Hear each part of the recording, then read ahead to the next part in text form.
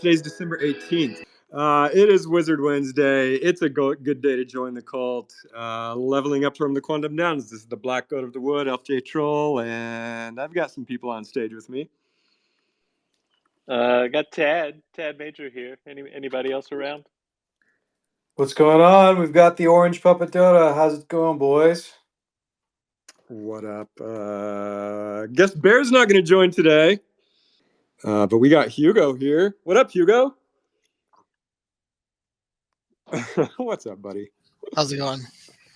Hugo, you are back by popular demand. My South Park meme. I'm back. Yeah, exactly.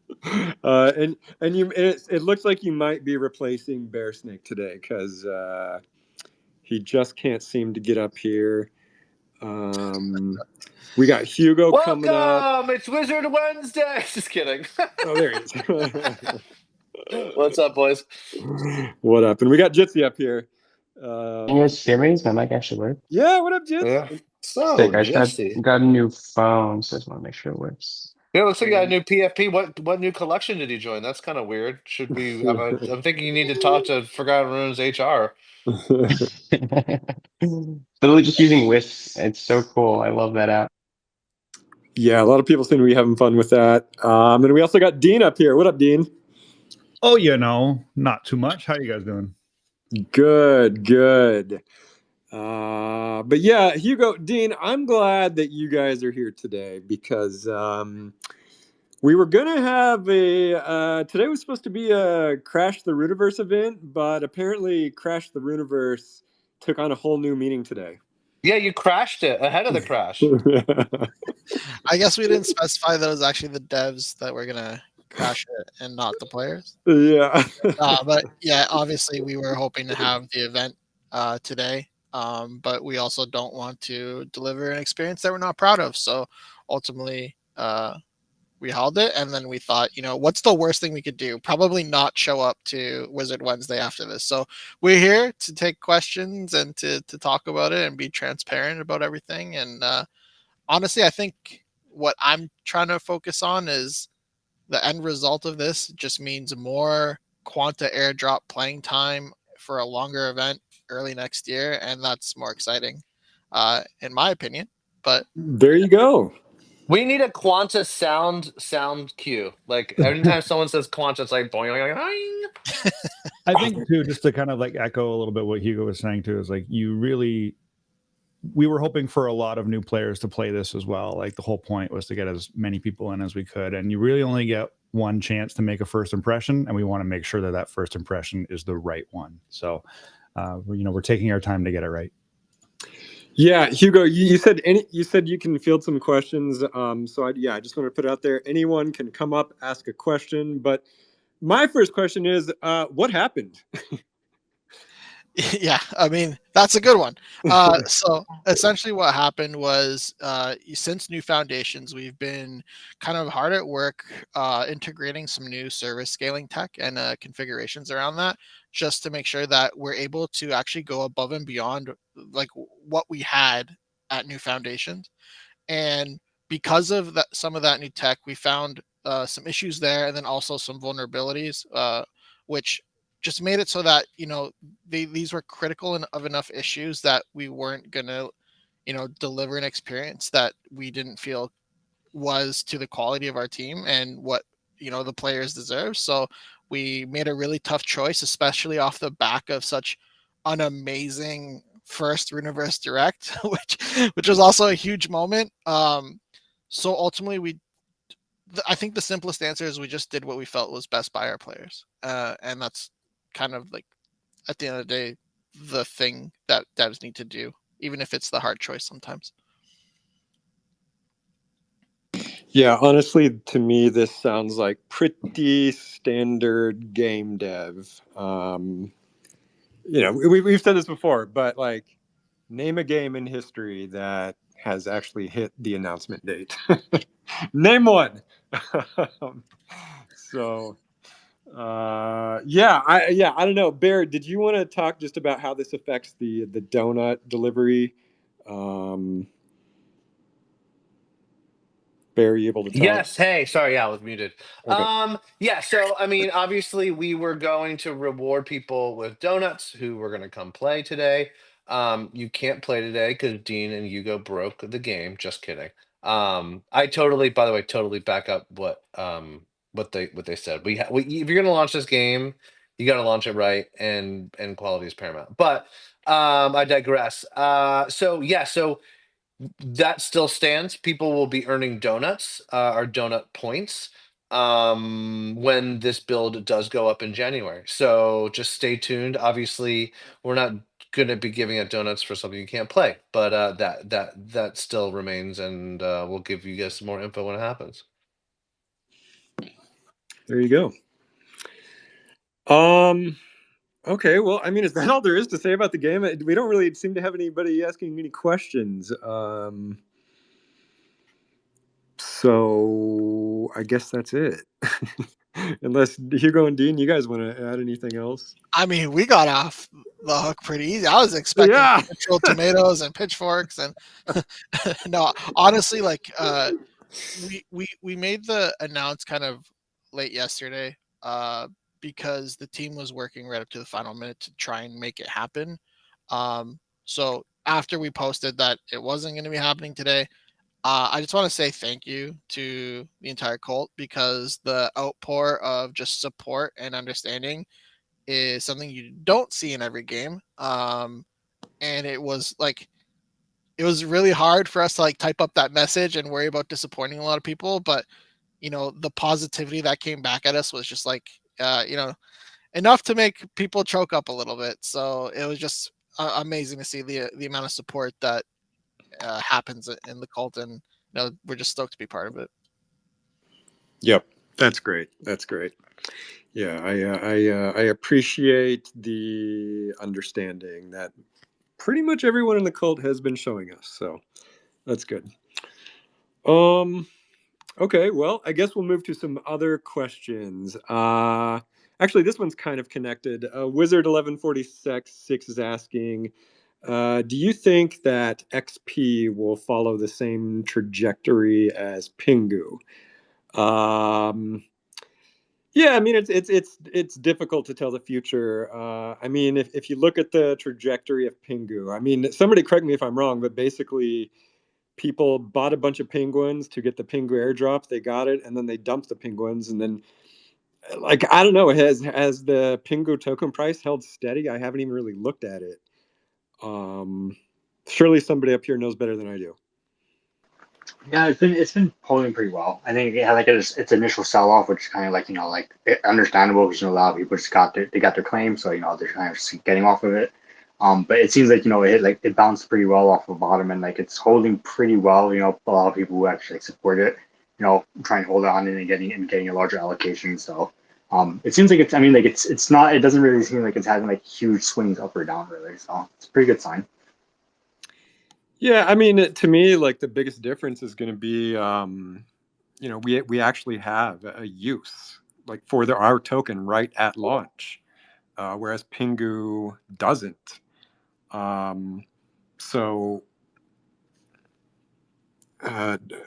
Dota's DMing me. Dota, do you want to handle this question? Yeah, I mean, I'm not going to speculate on price. I think it's way too early for that. Yeah, no, I'm not talking about price. I'm just talking about like how it'll be received from the crypto community at large. Like there's going to be immediate utility for it. So I think people will be excited for it, just as I think a lot of people were excited for Pengu. I think a lot of people were excited for XP as well. Yep.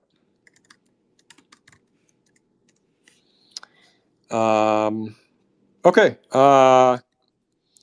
Next question then. Dota, are you getting enough sleep? Feckless wants to know. I'm getting so much sleep. I'm the best. I'm the best sleeper around. I've been taking like extra melatonin and sleeping so good. Bear, what about you? It's a mix. I'm actually. I mean, I'm not gonna go flex like Dode and say I'm the best sleeper around. I didn't know you were sleeping around, but that's for you to be doing.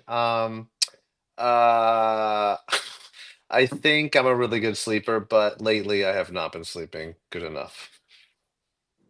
Bear, how's your back doing? My back is great. I'm ready for our wrestling match. All right. Man, speaking of that, I think we have a new potential challenger / champion on the Magic Machine team. You know who I'm talking about? Bear. Yes. Sorry, I was muted. I know you're talking about. They pulled out their guns the other day, and I think we all sort of fell out of our chairs a little bit. I became instantly terrified. I mean, wizards definitely stay yoked and stoked. We're talking about Magus Wazir, by the way. He pulled back his cloak the other day and whipped out the guns, and I was terrified.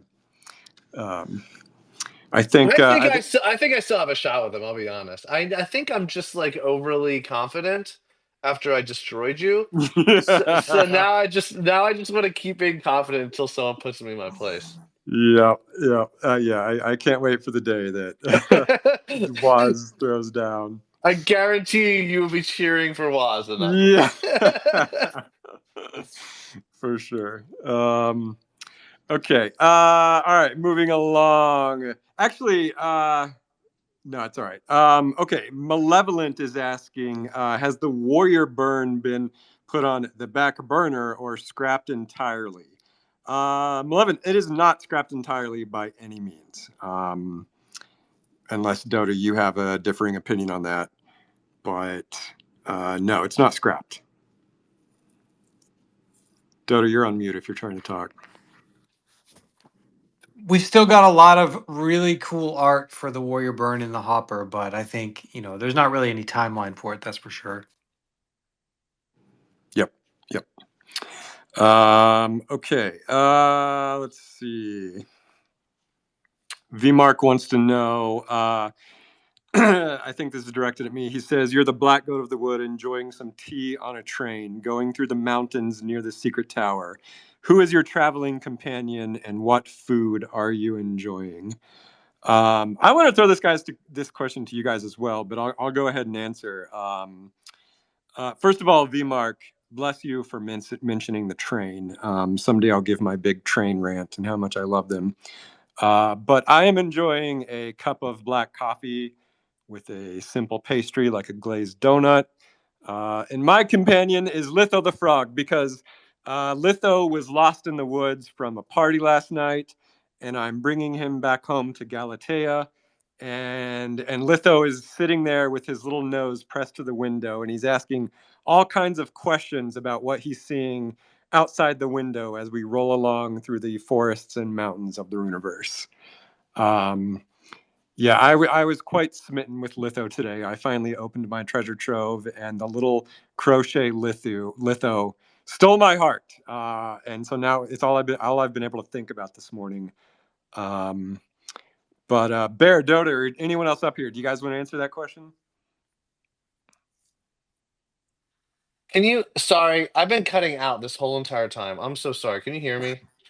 Yes, I can hear you. Every damn week. You're sitting on a train going through the Runiverse. What is your snack, and who is your traveling companion? Oh, well, I probably have a Kobold Kool-Aid for sure. Fun. I probably would have, previous to jumping on the train, I probably would have stopped at the little shroom shack that's at the train station, grabbed a couple chocolate shrooms. So those are my snacks. And then who am I going to be sitting next to? Gosh, I feel like maybe this is cheating, but I feel like I should be sitting with Nalgene, because me and him just sit together all day long. So that's who I'm comfortable around with. That's what I wanted him to say. I'm not gonna lie. I was like, I hope he says me. That'd be great. It's the elder statesman Nalgene. Nalgene, welcome to Wizard Wednesday. The elder statesman. Yeah, the super secret tower does not exist. It may have never existed. That's all I'm gonna say on the matter. What? I was hoping I would get the invite one of these days. Look, I'm not saying it's out of the question, but it doesn't exist, so I can't invite you to anything. If it doesn't exist, then we need to create it. I like where you're But, at. I'm sitting here thinking, like, what is the Runiverse equivalent to like a shawarma? oh, that's a good question, Hugo. We've got a bunch of food items in the Athenaeum collection. I'm trying to think what would be the closest to that, though. Runiverse cookbook when? Yeah, good question. Honestly, I have a draft of like what that would look like because we discussed doing a wizard cookbook at some point. That sounds familiar. Yeah. It was at the Yeah. licensing convention in Vegas when I went a couple of years ago. You could do a calendar and just have Yeah. 12 recipes, one per month, and there you go. And each month you have to stream yourself making that recipe. And eating it. Yeah. So we'll see who makes it past February. I feel like we've talked about a calendar today or before as well. Runiverse calendar? When Runiverse calendar? I thought it was like a kobold swimsuit calendar. Yeah, or all the edges going to be like mysteriously stained with like some yellow that nobody knows what's there, but they just tell you like, yeah, there's just like, it's just biker fluid oil. Don't worry about it when they sell it to you. Yeah, very nice. I'm definitely taking notes for the next treasure trove because that a Runiverse calendar would be an amazing include in the next treasure trove for sure. Sounds like a winner. It's just so news to me. Sorry. You know what? And I'm looking through the Athenaeum. I think the closest thing we have to shawarma is just a burrito. I'll take that every day of the week. Yeah. So my answer then is burrito, and I'm realistically I'm probably sitting beside Dean and Matto. Okay. That's good. Okay. Let's see. Next question. Okay, Bill wants to know, when is Magic Machine going to turn the Book of Lore over to the House of Wizards? Bill, I'm not sure if we ever said that, and if we did, then the answer is not for a very long time, because we still have a lot that we want to do with it, and I'm not even sure everyone wants us to turn it over to the House of Wizards just yet. So yeah, I guess the answer is TBD, if ever. I'm not sure if you want that responsibility anyway, Bill. Okay, let's see. Tad is asking, can you believe all the community projects that are happening before the end of the year? Tad, great question. No, I can't believe it. Here are some of the projects that are happening. The Black Sand Pony Burn, which is scheduled for next Monday, December 23rd. That's very exciting. We've got signups for the Runes TCG Booster Draft Tournament, which is open today, and play starts on December 26th. Actually, Tad, you're up here. Do you want to list these off? Yeah, I can do that. Can Sure you guys hear can. me? Awesome. Yeah. The next thing up, Fabula is building the Runiverse D&D campaign. He's running 4 playtests. 2 of them still have open seats. So if anyone is interested, the 23rd or 29th of this month, you don't have to know how to play. They'll walk you through everything. The last thing up, the Unchained game that Sasha and Oz and VMark are building is doing pre-alpha playtests. Those were just small group, and I think you had to win a raffle in their Discord. So you can't participate now, but they will have future builds in Q1 or Q2 of next year. That's so exciting. Yeah, and I know a lot of other people have built a lot of other things in the last few months. And I just want to remind everybody that the mic on Wizard Wednesday is always open. You're always welcome to come up here and talk about your projects. I want you to do that. Please do that. I have a question. Yeah. As someone who's like relatively newer to the cult, if you have an idea, like how does one go about like introducing an idea, or do you just start developing it and then you just talk about it? Like how does it work to kind of onboard a community project? That's a great question. So I mean, I think like a really good model to look at was what Meeple Dad just did with his treasure trove. And by that I just mean they take care of it from start to finish. like Meeple totally owned that project. if you're going to build something, then own it. Take it from start to finish. You don't need to ask Magic Machine's permission. This is a decentralized project, which means like you can the whole initiative is on you. What Magic Machine can do though is like help you promote it. We'll tweet about it. We'll let you come on Wizard Wednesday and talk about it. We'll talk about it on Wizard Wednesday. But yeah, I mean, just do like Meeple Dad did. Like take initiative, gather all the community members you want to collaborate with, and just make it happen in the Discord in the Secret Tower. That's really how you do it. I mean, I don't know, Meeple Dad, if you want to shed some insight on What's how you up? were able to create such an amazing project from start to finish.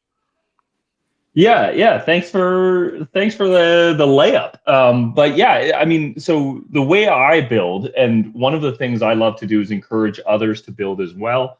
And that's really what the Treasure Trove is all about, is bringing people together who have an idea or who've created, the beginning of something and helping them get it over the finish line. So I support this wholeheartedly.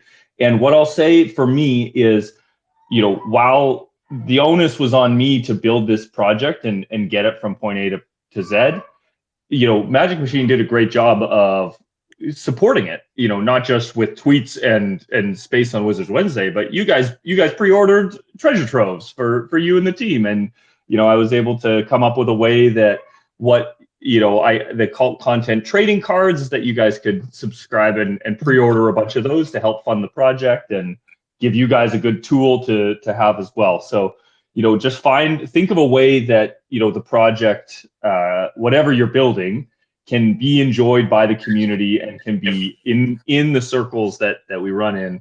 I think another great example is the Bread Friend project, the Bread Friend plushie that Feckless just started and is now showing up on people's doorsteps as well. He used a really interesting tool as well that I used also for the Treasure Trove, and that was to get DAO support. The House of Wizards DAO is here. It's a community organization run and controlled by the community. And we have a treasury and we have a little bit of clout, right? So we can work together. And if you can get something supported by the DAO, that might give you some funding to help get it off the ground, or it might give you some it might give you some recognition, some notoriety, that, this isn't just a random guy on the internet asking for support. This is something that all the wizards think is a good idea. So take advantage of the DAO. It's here for everybody. Let's all do it together.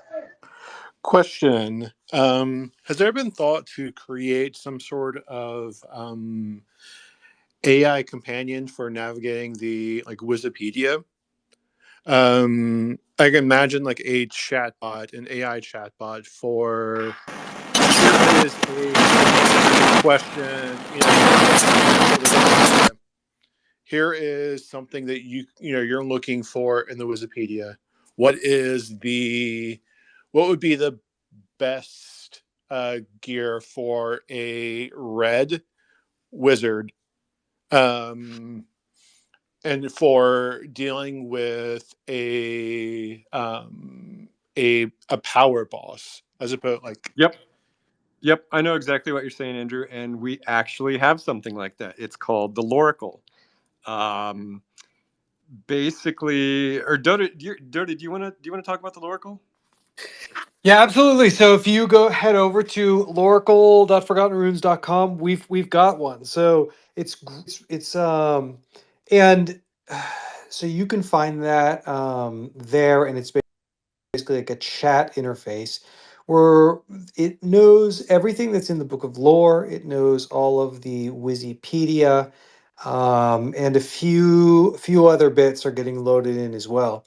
But right now it's a website that you have to go to, right? It's not that straightforward to understand kind of like, well, where is it? Where does it live? And yeah, we're working on that, bringing the Loracle kind of to some other environments, and we'll have some announcements on it soon. But yeah, for now you can go to the Loracle, loracle.forgottenrunes.com and chat it up. Yeah, it's on our website just under the lore tab. Yeah, it's just called Loracle. But yeah, like Dotta said, it's trained on the entire book of lore. It's trained on the Wikipedia. I think it's trained on some Wizard Wednesday content. But yeah, is that sort of what you were talking about, Andrew? Yeah, exactly that. Just to like have a better way of navigating the Wikipedia, especially as the lore and everything has grown to like this ecosystem. You know, Mm-hmm.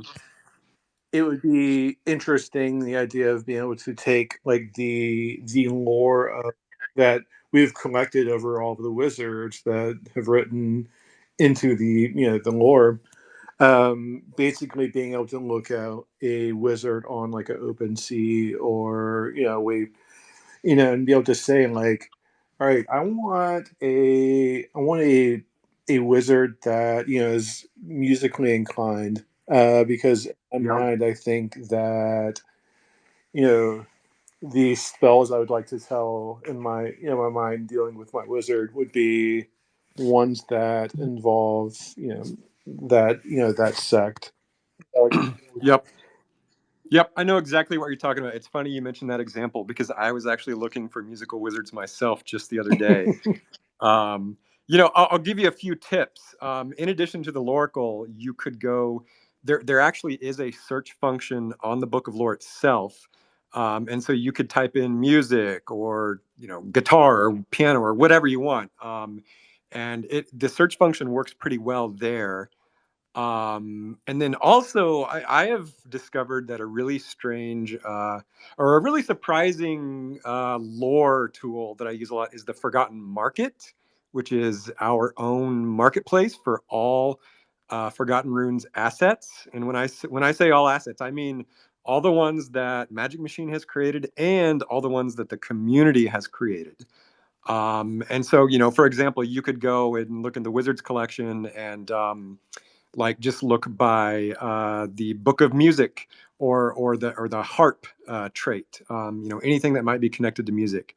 But yeah, the Forgotten Market is a great place to see literally every single digital asset in the ecosystem.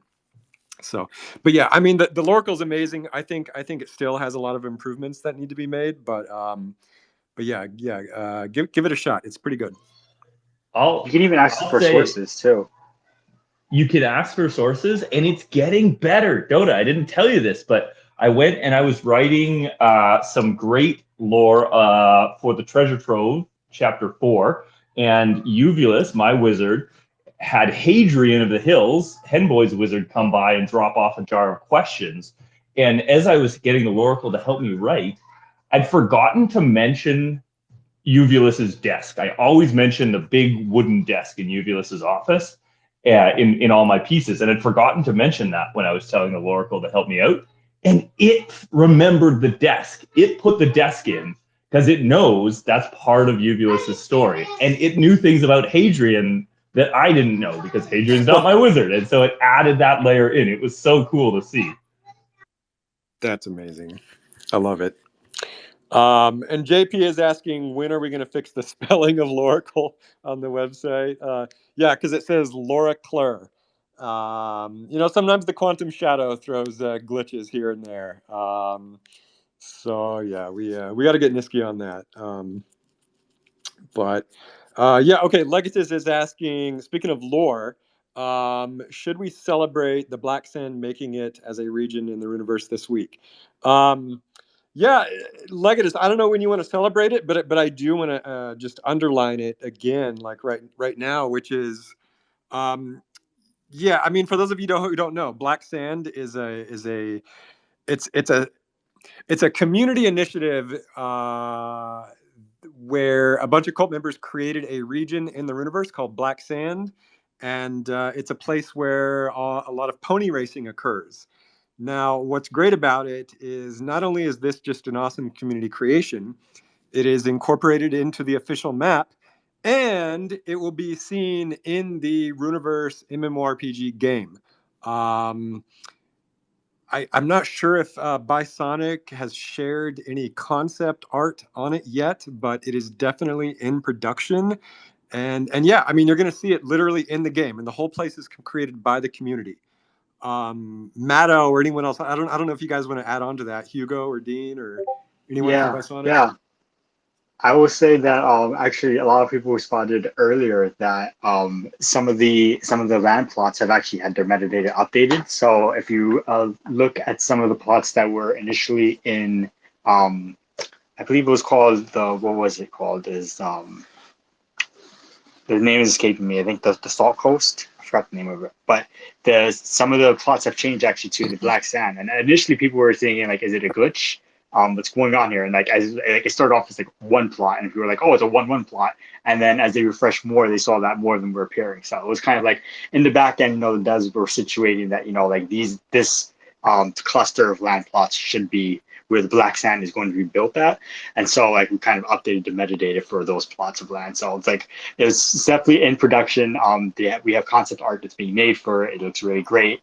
And we're trying to make it a bit more lore specific. So kind of like, the Bisonic team is working closely with me and Elf to kind of like make sure that it matches with a vision that, everybody will be able to kind of recognize as Black Sand. But initially it looks really good right off the bat. So it's mostly just kind of like small detail changes. But really excited for it. Like it's just showing that, community work, like that this is actually like, lore is at the core. Project is all about collaborative world building, and here it is. You have like one of the premier areas that have been built by the community being incorporated in the MMORPG that's being built for the community. And I think like there's nothing. It doesn't get better than that. Like imagine like being in like World of Warcraft, and then you just have like a fan community that you make that ends up getting onto the map somehow. Like that's something that's like really hard to see traditionally, and like before the game is even made, we're starting to incorporate some of these community creations into it. So like I'm really excited to see it come to life. I'm really excited to see all the pieces come together for it. We haven't shared concept art yet for it, but I think that will be something that will be really great in the future once we have like maybe some of those more completed pieces shown. I think that would be really cool to show off too. But yeah, really excited for Black Sand to join. I think earlier we had that question about taking the train through the Runiverse, where we were going, where our companion would be. And I think my answer to that would be my trusty steed or ostrich, Humphrey the Wise. And I'd be riding on a train to the Black Sands so that we can get ready for racing, along with some quantum mushroom soup and a nice canister for us to be drinking along the way. Nice, Matto. That's great. I love it. Great. Okay. Wild Mage is asking, does quanta have anything to do with the quantum shadow, and will there be shadow quanta? Wild Mage, no. The quanta does not have anything to do with quantum shadow. The quantum concepts are big in the Runiverse, are bigger than the quantum shadow. Bill mentioned the quanta pony, the sacred keymaster. His catchphrase is "Behold my quantum style." Quantum is really just sort of a discrete, sort of esoteric branch of science that seems magical, and so quanta is really just sort of referring to any sort of fundamental unit within the quantum realm. It also rhymes with mana. I just think it's a good counterpart. It's a good word for a currency in the game. So that's sort of the etymology behind that word. Okay, let's see. Other questions. Does anyone else on stage have a question as I'm looking for other questions? Did you get to sit on Giga Chad's lap this year? Sorry, what was that, Matto? Did you get to sit on Giga Chad's lap this year and ask him for a present? Yeah, where's Giga Santa? We haven't seen him in a while. We need Giga Santa badly. We really do, man. I love the way he put a Santa hat over his pointy mohawk. Yeah, good question, Matt. No, I did not sit on Giga Santa's lap. Did you? No, I think he's a bit too busy delivering some presents along the world, all along the Runiverse. He's had some extra presents to deliver ever since the Runiverse map expanded. So he's has his work cut off for him. And when you say presents, do you mean knuckle sandwiches? Yeah. I saw someone made a fun piece of art from the new Google AI thing, and it's like, I think Woz was like, we should make a Gigas Chad beat 'em up game. Yeah, double like dragon style. exactly. Yeah, it's so perfect. Yeah, good question. No, okay, but speaking of lore questions, Reptar is asking, were the wooden boys uh, made of wood? Let's see, wait, were the wooden boys born made of wood from wooden parents or cursed? And where are the wooden ladies? Um, Okay, Reptar. The answer to this, if you look in the Wikipedia, any living puppet, especially those made of wood, come from a forest called mimic wood. Um, it is in the southeastern part of the Runiverse, and it is basically an enchanted forest where the trees are used to create living puppets. Um, and that's it. One of these days, I really want to do a whole lore tangent on just puppets in the Runiverse. One of our founders uses a puppet as their wizard, and there's actually a lot of lore around puppets in the Runiverse. One thing I've mentioned before, what I really love about puppets is all of us right now are using digital puppets to express ourselves on the internet. On the internet, sort of where the term sock puppet comes from. And of course, there is a sock puppet in the Athenaeum. There's wooden boys in the Wizard collection. There's a whole puppet culture in the Runiverse. And but yeah, as far as where wooden boys come from, they come from Mimic Wood. Yeah, I noticed that the Forgotten Puppets Theater is right next to Mimic Wood too. Exactly. Yep, you nailed it. Yeah, I think Delta Mouse made a comment about the Forgotten Puppets Theater the other day on Twitter. I can't remember what it was. But yeah, okay, let's see what else. Chase wants to know, does the Loracle know about the live paper yet? That's a really good idea, Chase. Like train the Loracle on the live paper. But I don't think the live paper has been released yet. Is that right? No, it actually was. It was released with the Runiverse Direct, but that is a good idea. I think We've at some we've point I'll had the probably old yeah, we had the old yep. white paper in there. Sorry, go Oh, ahead, Yeah, the old Meadow. white paper is trained in there. Yeah, because I put the old white paper on Wikipedia, so it got trained directly because it gets trained from Wikipedia.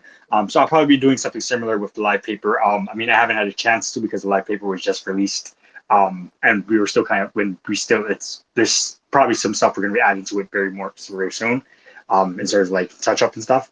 But yeah, I think I'm gonna import that over to the Wikipedia at some point, and then I'm going to be constantly updating it in Wikipedia too. So it'll be getting its information from there, similar to how it got its information previously of the white paper. So great. Okay, I'm missing some questions, so I apologize if I missed your question. But Nico2626 is asking a really good question, I think.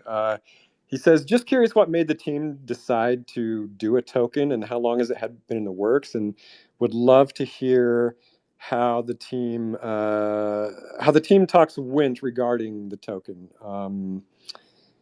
Yeah, I mean, Nico, this is a great question. And it's no coincidence that like almost every NFT project that survived to this point is now doing a token. I think the fact that everybody's releasing a token now, when you make a crypto project, you have to move with the market.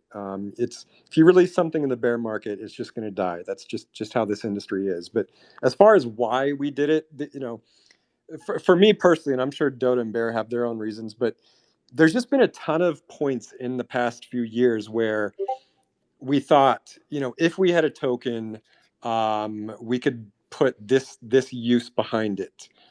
For example, the game. The game needed a token, and we've got other ideas that we want to put behind this token as well. So we talked to the Arcane Foundation, and we're collaborating with them now, and just the back and forth between us and them has been great. So yeah, Dota, I don't know if you want to elaborate on that. Yeah, I think that as much as we would love to launch a token, there's not really like a feasible or clarity there around like the regulatory environment is still like murky, which is why we basically like partnered with the Arcane Foundation. They are also working on XP as a way to kind of build decentralized worlds, and it was like a perfect partnership for us. So, and it's basically this trifecta between both Magic Machine, Bisonic, and the Arcane Foundation. Because I think we've always talked about we would never want to release kind of just a meme coin. I think the Forgotten Runes would like. I just don't think that we could do a meme coin insofar as I feel that meme coins for NFT projects just end up kind of like robbing and splitting liquidity, and it's like hard to know what goes where. And so for me, it's always been this idea that like if we were going to associate our project with a token, that if we were going to adopt a token for our project, it needed to be something that was paired with like some really significant utility. So yeah, I think that this partnership is that. Bear, did you want to add? I mean, not really. I mean, I think I would probably say the same thing in different words, right? Like, I think at this point, we've built enough, especially with the game sort of being the beachhead, along with a lot of sort of interesting lore touch points. There's enough to like partner with someone who has a token that has the same alignment, and so I feel like we're at the like it's all about timing, right? Like being too early or too late is the same thing as being wrong, more or less. um and so I think we're just at the time now where it feels like there's enough that has been built that there's an elegant reward system that a partner can help support. So I think it's the perfect timing, and I think we have a lot planned to help build with Arcane Foundation. Yeah, and people are asking who is the Arcane Foundation. I'm not sure how much we can say on that, but do you guys have a response to that? Yeah, we'll let them introduce themselves in due time. Okay, that sounds good.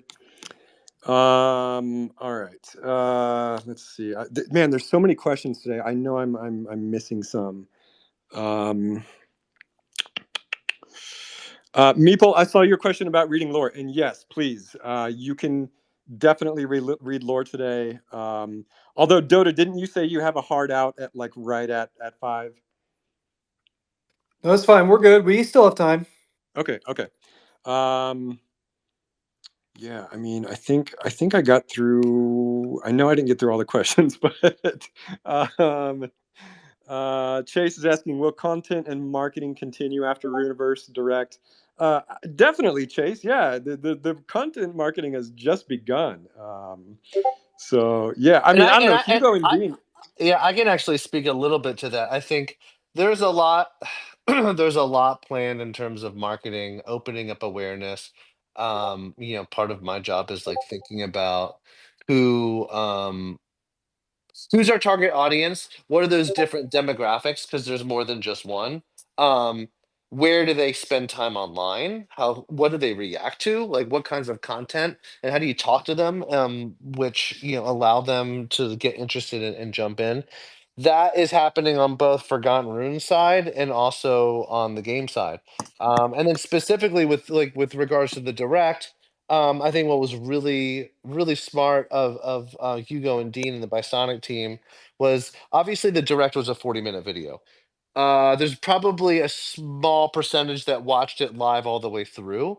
But the reason it was built in sections is so that we can expand and collapse that, and we can take each section and we'll be pushing that out standalone to sort of hit all the different pieces that that they touched on, because there was a lot of information. So I think we'll reissue a lot of that stuff in between now and live service.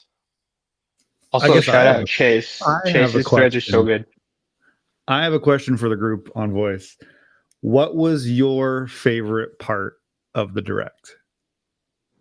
And don't say the part That's that a you good were question. in, but like, what was your favorite part? That was my least favorite part was my part, for sure. Like I was ready to call Dean and Hugo and be like, just take it out, and have someone else do it. It was awful. It's not that bad. It's pretty bad. I mean, I know what Elf's gonna say, and I kind of want to say the same thing, but I'm not gonna steal his thunder. I would never do that to my brethren.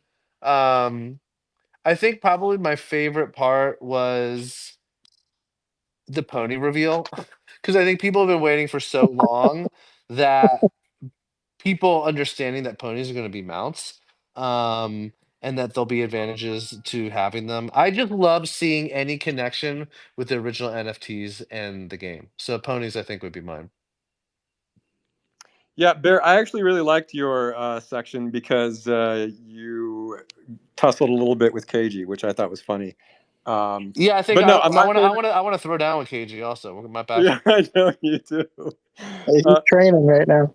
My favorite was Matto, of course, who was, I mean, Magus Devon of the Quantum Downs. Not only was she adorable, but the information she delivered, I thought, was some of the most interesting content. Is that who you thought I was going to say, Bear? That's exactly who I thought, because you posted it during direct. You're like, "This is my favorite part of the Runiverse," and it was a Exactly. screenshot. Yeah. It was a screenshot of. Amazing.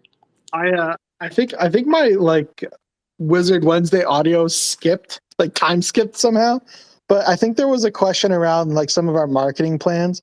And I just wanted to quickly say that Runiverse Direct is like very much like a once a year thing because it's so big. Like Bear said, it's like the 40-minute. But we have tons of plans around other community spaces that we will use to like you know, to chat with the cult and grow like different types of mediums that aren't just like long form direct. So yeah, we'll share more in the new year, but we have a ton of different like content and community efforts that we're going to be spinning up for everyone here. And then in terms of favorite part of the direct, I'd probably say I'd probably have to say like Tanilo's part where he's talking about the future roadmap for 2025 and 2026. And it's just like, if you just stop and imagine what this game's going to be in like 2 years or so, it's going to be huge. And there's so many things like the multi-party raids, which sounds so exciting to me. So that one definitely was my favorite part. Yeah, Hugo, I would agree. And by the way, we love that you come up here. And I've decided that if you're going to be here, I'm going to try to squeeze more information out of you. Speaking of the teases that Tinilo gave, can you give any exclusive information on future updates for the Runiverse game? You can say no if you want. Well, it's not really a no, but I would say like if you haven't had the chance to look through it, we published a live paper, which is like our version of a white paper that allows space for the game to grow, change, and evolve as any MMO or live service game does. But there's a roadmap section there that we will continue to build out. But that gives you a glimpse of everything that we're doing in 2025 and 2026. And there could be some minor changes, additions, whatever. But it gives you an idea for the scope of what this game will be, and to not be so vague. Like the multi-party raids, the weather system, the PvP especially are things that like I'm personally really excited for, especially because PvP can be like 1v1, 2v2, 4v4, like, and that's, you gotta remember, that's like that active turn-based battle time, but with friends. So you have to like strategize in the moment. And I just don't think anything like that exists. And I'm so excited for that personally. Hell yeah. Great. Yeah, there's tons of information in the live paper that I feel like if you love the Runiverse Direct and all the information that we provided in it, the live paper goes into a lot more depth into a lot of things like tokenomics and such. I know a lot of people have actually been asking, like, they want to know more about Quanta and like more about the relation of XP. And even though like we mentioned, the live paper is kind of like a just ever living document, so it's going to be like evolving and be giving more information as time goes on. But just like even like the basic overview of these questions that like we didn't get time to touch into in the Runiverse Direct, because like it was already 40 minutes, right? It's a very long direct presentation, but there's still so much information that we couldn't squeeze in there. So like if you want to get a little bit more into like the granular details about some of the stuff that we introduced in the Direct, the life paper is definitely the place you got to go if you want to look more into it. I'm going to post a link in the secret tower in just a little bit. But if you guys didn't visit it, please just take a look at it. It's sectioned out into like individual portions. So like, if there's a portion, if like, we don't really care to learn more about the combat, if you feel like you have a good grasp on that, or like you already know what's coming on from like our previous blogs, you can go ahead and just like click another section that does interest you in specific. You can start from any point that you want. And yeah, you get as much information as you can from that. We'll continue developing as time goes on. Yeah, I just want to echo what Matto said there. This is such an upgrade from what we had previously on the site in terms of discoverability of the information that you care about. It's hosted on Notion, so there's little headers for every section, and you can go through it, scroll to the bottom, click to the next page, go through it like traditionally, or you can just jump around between the things that you're most excited about. And very clearly, like it's very clearly labeled, so you know exactly what you're getting in each section. So yeah, it's so much easier to find the information that you're looking for now than it used to be, where you have to scroll through like 200 something pages of information. So it's a huge upgrade, and it's going to be such a fun tool to use with the community as we continue adding things. I like to think of it as like sexy patch notes, like in-depth, good information, but like way upgraded for discoverability. Sexy patch notes Sexy patch incoming. notes. And Dean did an awesome job with all the assets in there to make it a much more visual experience. So it's not just boring text. So yeah. Hugo, Dean the machine. Chase wants to know, is Q1 still on track? Live service. Yep. Still on track. There you go, Chase. You heard it. And also shout out, let's shout out Chase. I was in DMs with them the other day. Love Chase. How great have Chase's tweets been and threads? Like a newer cult member. I was joking. I was like, a lot of us on the team think you're just an alt from like an OG member. And they were like, absolutely not. Like they've been here, I think they said in July. Anyway, shout out to Chase. Love Chase. Yeah, Chase's threads have been great. Great overview of all the Runiverse stuff, especially like even when breaking down the Runiverse Direct, Chase can provide really good commentary on it. So Chase, you the man. And Chase has one more question. Who won the land from the Direct? That is a great question. So we have reached out to the winners already, and we're planning to put out a tweet tonight or first thing tomorrow, just letting people know who's won. I don't know if everyone got back to us with their wallet information, but I think we're pretty much good to let people know publicly. Matto, unless you feel different. Sorry, I'm putting you on the spot, but I think we're no, we're good. No, you got it right. Yeah, we picked out the winners. We contacted them. We kind of want to, in order to like kind of like prevent some impersonation, we want to make sure that we get the winners contacted first before we kind of blast their names out there, right? They may, I don't think all of them got back to us, but I think it's fine because we've already gotten at least contact with everybody. So we'll be posting that very soon.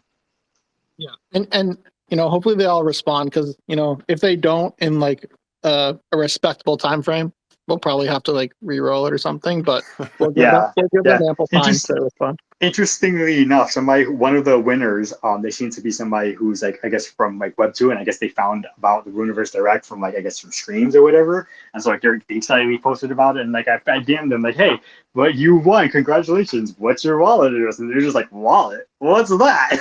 I'm like, oh, we give you.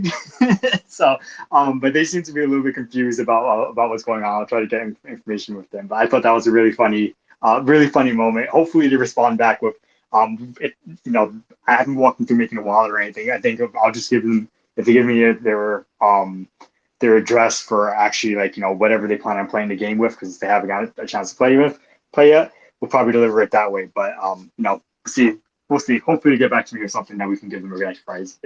That's actually so funny, and that was me in like February, March. I remember I was talking to Bear like at the beginning of the year, and I remember just telling him like I was so wrong about the assumptions that I had as like a Web2 game developer and just like a gamer in general. I was like, I was so wrong about like the impressions that I had of what Web3 gaming was, and I was just like my mind was blown, and I wish I just didn't listen to other people's opinions, and I would have just looked into it for myself earlier. Because yeah, I would have definitely jumped in several cycles ago if I knew. Yeah, it's really hard to avoid the psyops, especially when you have like CoffeeZilla is like great for space in terms of like showing off like the kind of like bad actors that are in here, but like it makes for great content when it does get spread outside of the bubble, right? It makes it so that's the only impression people have of what the space is. So it's like I kind of use a lot of the example I use is like if it was like if it was like the early 90s and your only impression of the internet was the Nigerian Prince email scam and like viruses and spyware and stuff, you're probably thinking like, oh, I don't want to touch that, like, right? Like, I don't want to go on the internet, I lose freaking all my money, I lose my my credit card information and my identity and stuff. Why would I even bother with that, right? It's like, if that's the only thing you're really being exposed to, right? It's like you're being hazed by like the worst that's possible. It's just like there's bad people everywhere, and people are just going to be utilizing whatever means they can to be nefarious if they have the means possible. So it's like, it's good to point out that those people exist, but if you kind of have like overexposure to that, it can really paint a really bad picture that like really warps people's perceptions. And so like I think with time that'll change as like just like how the internet kind of like normalized in general, and people got like a bit more understanding of like what benefits it actually has. I think like there's like a famous clip of I think it was Bill Gates on like Saturday Night Live or something like that, and then he's asked like, well, what's the point of the internet if you have like the radio? Like I can listen to the radio if I wanted to listen to the baseball game, like stuff like that, where it's like yeah, people will see the benefit when they actually see it, when gradually over time when they see like what it provides. So. Well, and think about, I just want to jump in quick. Think about even 10 years ago, the whole concept of a free-to-play game.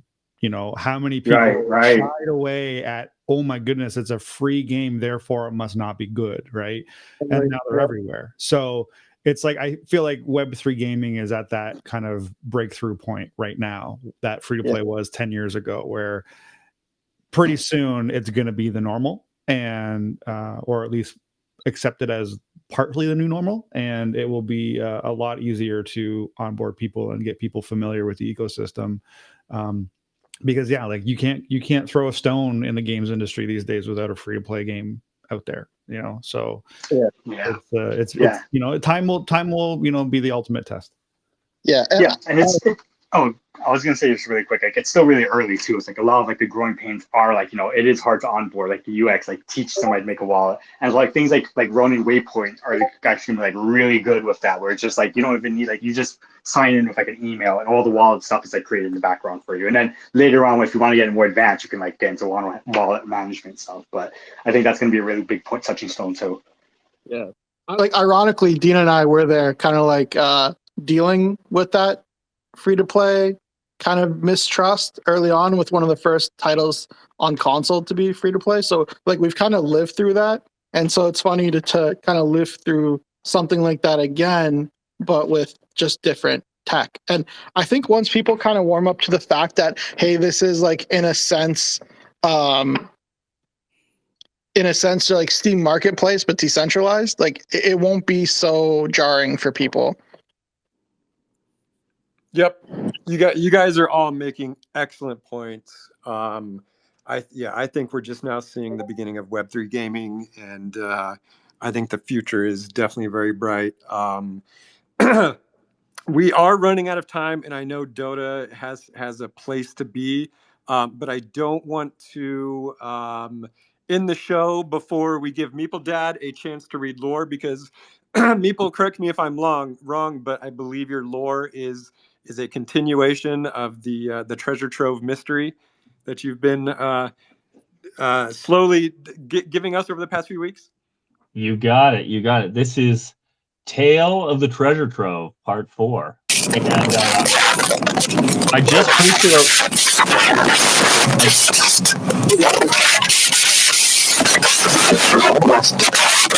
Am I the only one hearing the gobbledygook? There we go. All right. Yeah, Feckless, you're my tuning in from the quantum downs here. I'm not sure what's going on, but yeah, try again there, buddy. All right, so let's tune in. Tale of the Treasure Trove Part 4. I just posted it in the Secret Tower. Huge shout out to Marco Fine for this outstanding piece. We'll review that in a minute in the CCC. But for now, to Uvulus. But how do you know the order in which the clues go in? The bird asked. Its voice soft and curious chirps among the silence. As the candlelight flickered, casting long shadows across the room. Uvulus is familiar, the sleek black bird with eyes that glimmered with intelligence, perched on a stand at the edge of the massive oak desk. The great library was cold this time of year. Amidst the towering shelves and the burden of ancient tomes and scrolls, Uvulus pored over his collection with fervor and desperation. His quest to unravel the puzzle that would unlock the treasure trove and release Valentina from the clutches of the quantum shadow. Uvulus paused, his finger hovering over the page of a particular ancient manuscript. Valentina herself seems able to send clues, he muttered, more to himself than the familiar. But what does that mean? But through what means? He was convinced that some magical item was key to this communication, yet it had eluded him. At that moment, a knock echoed through the chamber. Unusual at this late hour in the Athenaeum. Uvulus, taken aback, rose to answer. Standing at the doorway was Sorcerer Hadrian of the Hills, a figure known for his travel across the far reaches of the Runiverse, his mastery of the elements. Uvulus, Hadrian greeted, stepping into the light. I heard of your plight, and I've come bearing aid. From within the folds of his cloak, he produced an object that seemed to pulse with an inner light, the jar of questions. I've been told that you need this, Hadrian said, placing the jar on the table. Uvulus, taken aback by the sudden appearance of the sorcerer and the mysterious item, stammered. Wait, I mean, what? But who sent you? Where is it from? I have so many questions. Hadrian smiled and turned to leave. Good thing you've got the jar, he called over his shoulder, his laughter echoing down the corridor as he disappeared. Uvulus, now alone with the jar of question, felt a surge of hope. He peered into the jar, and within its depths saw not reflections, but answers to the questions that plagued him, including the elusive order of the clues sent by Valentina. The jar, it seemed, did not simply hold questions, but served as a conduit for understanding. Its magic linked directly to the one who sought knowledge. With the jar of questions as his guide, Uvulus embarked on the final leg of the quest, deciphering the order of the clues with newfound clarity. Each piece fell into place, leading him closer to unlocking the treasure trove and ultimately saving Valentina from the quantum shadow. While this journey is still fraught with challenges, you can help. Armed with the knowledge coming from the jar of questions, we and Uvulus face this obstacle with determination. In the end, it's not just the jar of questions and the clues themselves that lead to Valentina's release, but the unbreakable spirit of those who dared to seek the truth. Uvulus' quest would be remembered in the annals of the Runiverse, and the bond of friendship and enduring hope that those of us share together. Thank you. So to add a little light, there is a clue, there is a link in the lore that leads, and I'll publish the next chapter tonight, but I'm publishing each piece, and we're trying to assemble the 12 seed words and then use the clues that I'm sharing to figure out the order with which the seed words go in. Whoever can decipher, take the 12 seed words and decipher the correct order will be able to unlock the wallet and rescue Valentina. Oh, that's so amazing, Meeple. I love it. This story has just been crafted with such care and thought, and you use so many characters and assets from the collection. I know there's a lot of Athenaeum items in there, and yeah, I mean, it's just a quest, and it just I love it so much. You shared with me earlier today that a few people have made some progress on this. I don't know if you want to mention that at all. Yeah. So to be clear, you don't need to have purchased a treasure trove to participate in this little adventure. This is open to everybody.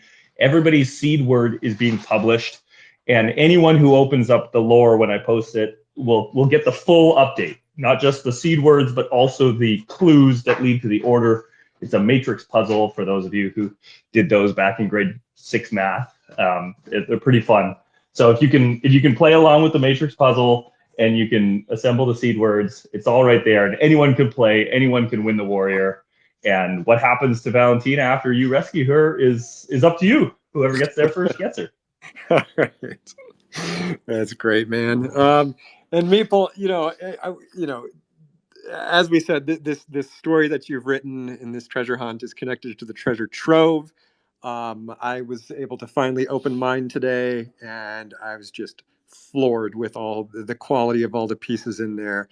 The Lego Secret Tower in particular just really blew me away. The fact that you made your own instruction book, it was so good.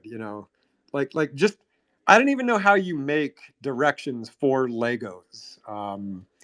Magic. Magic is the answer. Clearly, yeah. I want to say a big thanks to you guys too. So you guys are hosting a little prize competition.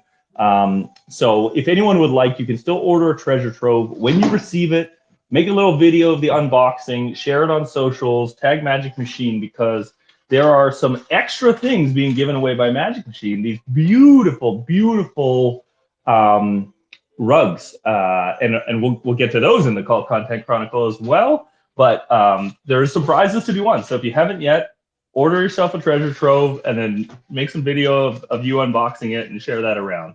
There's more prizes, more cool stuff. Yes, and speaking of unboxing videos, they are part of the weekly publication that we will pivot to right now. You all know it by the Cult Content Chronicle, compiled by the illustrious Tanya Del Rio. Tanya Del Rio. Every damn week. Yeah, every damn week. Okay. All right, so let's jump in. First, we got Tad Major sharing a commission by Ozma Bro, funded by the Forgotten Council Ministry of Art. That is fantastic.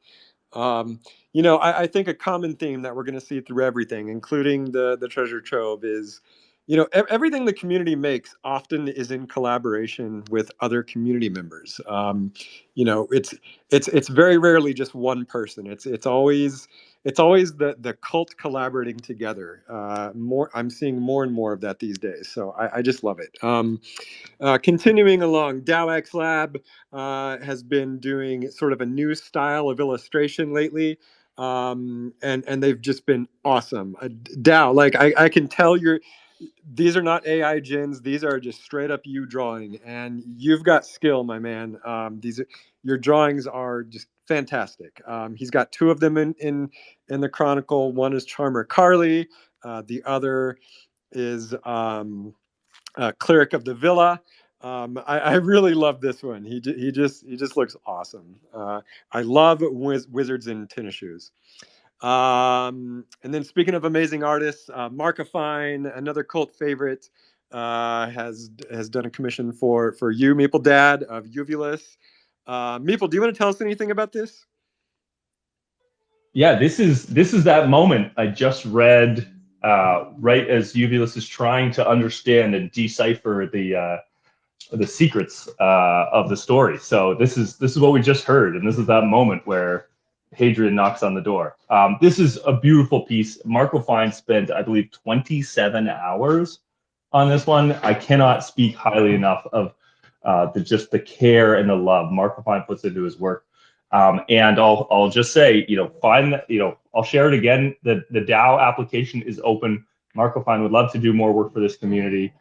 So you can apply for funding. You can talk to Marco Fine and share your dream with him, and he can help bring it to life. Or any of the other outstanding artists. The DAO really wants to help make artwork happen. So reach out and be a part of it. Yep, Marco, you finished it just in time. Just in time for Meeple to read the final leg of the story. I'm sure that was all planned. So well done, guys. Okay, Wizard on the Coast, number 5, made some excellent quality custom T-shirts with their wizard. This looks like a really nice T-shirt. The print looks good. The quality of the shirt looks good. So well done on that. Crypt Donut. This was one of my favorite pieces of the week. Only with AI can you actually get a video of a horse smoking a pipe. Um, so yeah, I think this is the first time I've seen a horse smoke a pipe, and I just loved it. It's so good, and it also came with a song as well. So yeah, everybody, like, after Wizard Wednesday, go listen to this song and look at the video that Crypt Donut made. And then Meeple Dad shared an image of just a big splash image of a lot of the cards that are included in the treasure trove. And then speaking of trading cards, Give a Hoot did I think I would call it like a trade card cracking video where he cracked packs on top of the mat. Tad Major shared a behind the scenes process of making the rugs, which, as Meeple Dad just said, will be given to 3 lucky winners who do a treasure trove unboxing video. And then, speaking of those, we got a series of those to go through. Give a Hoot did one. Gabriel Haynes did a hilarious one where Meeple Dad, I believe you were given a new name as a result of this video. Is that right? I think we lost him, but yeah, it's no longer Meeple. Oh, there he is. Yeah, Gabriel Haynes uses like an AI voice to text, overlay for the videos.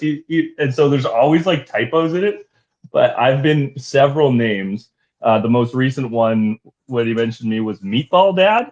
Yep. And then there was a slew of AI art that popped up of Meatball Dad version of me. So that's highly entertaining. Yeah, fantastic. You are from here on out Meatball Dad, and Meatball Dad, he does not like the shirts, so I'm gonna have to talk to Bear about sending him the 600 spare shirts we have in the Bear Cave. I think that would be just a hilarious thing to do. I've got his mailing address now, so we can just keep sending him shirts. Oh, fantastic! One shirt a day for the whole next year. Okay, Tabitha made a really great unboxing video, sort of stop motion style. Well done, Tabitha. Tanya made a beautiful unboxing video. Tanya, I love your unboxing video. It's just so sweet. It's so good. Magus Devon used AI. To me, this is Magus Devon's dad. Is that who we're looking at, Matto? Is Matto still up here? Perhaps not. Okay, I'm gonna. Yeah, no, I'm here. Oh. Just spaces being spaces. All good. I mean, it'd be great. That's Reggie. That's Reggie Fisney. It'd be great if he was Maddie Stebbins' dad. Awesome. I think it is. I'm gonna say it is. Okay, Excel posted just an awesome image of their cat warrior with a golden bow. It is a really nice piece. Really nice piece. Magus Wazir shared an AI video of Magus Wazir ringing a bell. Give a Hoot shared some experiments with Whisk of the Fey Bear. And then Headmaster Alistair also shared some Whisk experiments. Cabinet of Curiosities shared an image of themselves wearing cobalt socks. Wizard Small has a new wizard in the family. Congrats to Wizard Small. Riddles in the Dark from Meatball Dad, day 352. And then Ray V's was featured on Magic Monday News. So check that out. And then Meeple Dad also did another commission with Markafine of the Goblin Warrior. And then Tanya ends this particular chronicle recognizing a proposal I'm not too sure. Does anyone know about this proposal? I don't want to butcher this. Tad, do you know what this is?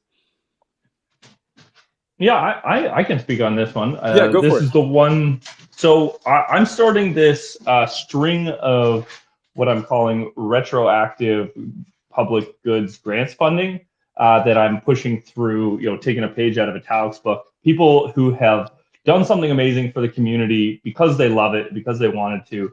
I am taking the initiative to put DAO grants forward on their behalf, saying, "Hey, this person did this cool thing. Let's all clap our hands and say thank you, and donate a couple of warriors from the DAO collection or some imp boxes or some fun stuff like that." So this is the first one going live. Go vote. It's to recognize the hard work and energy that Tanya Del Rio has put into the Cult Content Chronicle over the last several years, and it's just saying let's give her some warriors to say thanks so much for doing what you do every week. So, and then if you like the sound of that and you want to support it, go give it a vote. And yeah, not to say that anything she has to do it again next week. This is just to recognize the energy and the work that already has gone into it. Period. Full stop. Thanks so much for being you, Tanya. Yeah, indeed. Okay, yeah, I love it. And apparently Tanya missed one piece from the Chronicle, a piece that she drew for the Black Sand that Legacy just reminded me of. And man, it is an awesome piece. I think that the wizard featured in this piece is the one that came back from the dead, a truly legendary wizard who exploited a glitch that the Quantum Shadow put in one of your smart contracts, Dotta. So Oberon, the legendary Oberon. yes, exactly. The one-eyed wizard. Okay, guys, we are over time. Dean and Hugo, thanks for joining. Tad and Meeple, Matto, anyone else have any finishing comments, questions, concerns? Go out and vote. We got 2 proposals out for the DAO on Snapshot. There you go. Go vote on the go vote. All right. Well, in that case, this has been Elf, Bear, Dotta, Tad Major, Dean, Hugo, Meatball Dad, Matatsuki, and I think we got Nalzine up here, the Elder Statesman. Channeling out from the Quantum Downs. Until next week, Dean, everybody. Bye.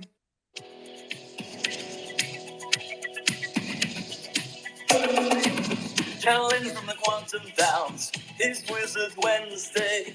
It's Wizard Wednesday. Black Goat Elf, Dotta Puppet too. Bearsnake by the ocean blue. It's Wizard Wednesday. It's Wizard Wednesday. Kobolds and Dream Master Sword. Putting their root on the door. It's Wizard Wednesday. Forevermore. Wizards of Wednesday, lore at the core. We are